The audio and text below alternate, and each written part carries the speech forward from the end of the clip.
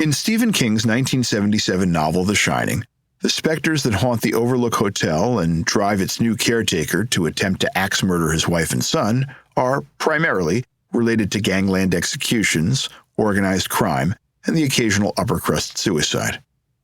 In Stanley Kubrick's film version 3 years later, at least part of the uncanny narrative backstory is that the hotel is built on an indigenous burial ground. Are all these Indian designs authentic? Someone asks.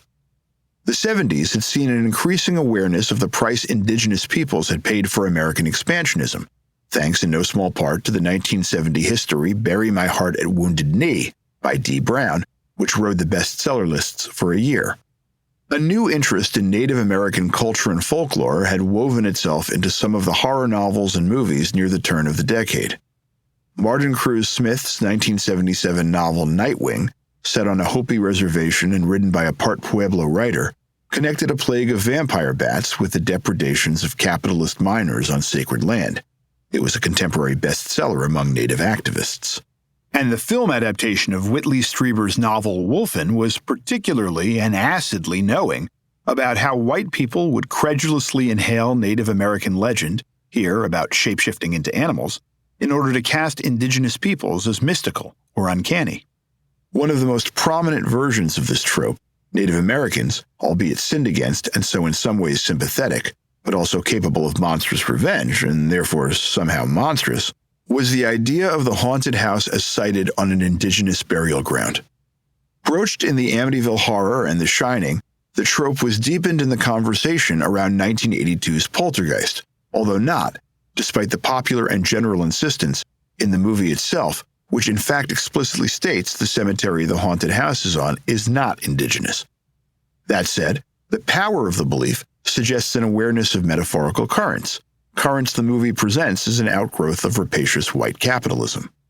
The terrorized family's patriarch, played by Craig T. Nelson, is in part morally implicated in the horrors because his communal design company has not only built housing on the burial ground, but, unbeknownst to him, failed to move the bodies themselves.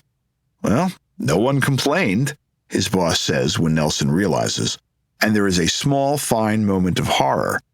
It is precisely because of past American policies of ethnic cleansing that there is no one around to register such a complaint, except, of course, for the dead. A few years later, in 1990, the Native American Graves Protection and Repatriation Act would be passed in response to the real-life instances of this exact phenomenon. While Poltergeist essentially elides the point that there are, in fact, living Native Americans, or for that matter, Native Americans at all, its 1986 sequel addresses the concern and the metaphorical undercurrent by tacking so far in the other direction that it presents its Native American character as a cardboard cutout of saintly mysticism, who then conveniently vanishes from the narrative after fulfilling his purpose of protecting our white characters. Stephen King's 1983 novel Pet Sematary would use an indigenous burial ground and a Native American folkloric tradition, the Wendigo, to account for its zombified homicidal monsters. While King's novel leans heavily on this identification of indigenousness with monstrosity, it also hints at a kind of return of the violently repressed, a time bomb of revenge on those who press on to violate locales that don't belong to them.